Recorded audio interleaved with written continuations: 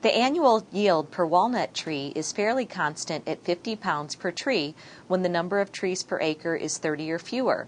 For each additional tree over 30, the annual yield per tree for all trees on the acre decreases by 1.5 pounds due to overcrowding.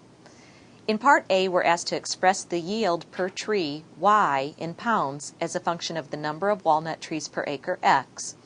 And in Part B, we use that information from Part A to express the total yield for an acre, T, in pounds as a function of the number of walnut trees per acre, X. So we need to determine how to write a function with our given information. Now we're told if we have 30 or fewer trees that the yield is 50 pounds. So we can write our function y, and we'll write it as y of x since it's a function of x. We have two different possibilities. It's going to be a constant of 50 pounds if there are 30 or fewer trees.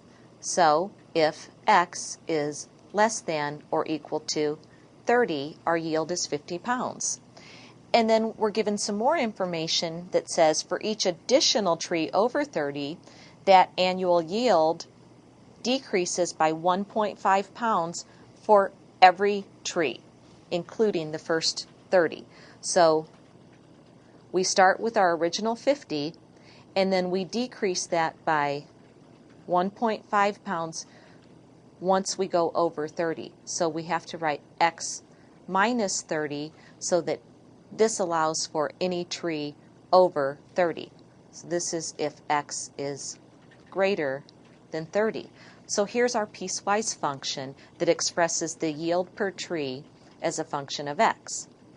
Now in Part B, we're asked to express the total yield T as a function of x. So we'll have T of x. In this case, we simply, in order to get the total yield, we take the yield per tree and multiply it by x, the number of trees. So T of x for the first part of our piecewise function will just be 50 times x if x is less than or equal to 30.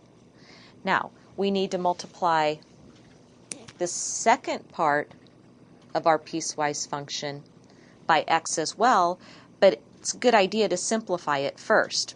So in order to simplify it, I'm going to simplify it down here. And I'm going to write y of x is equal to, I'm taking this line that I underlined in blue, and I'm going to simplify that. It's 50 minus 1.5x when I distribute.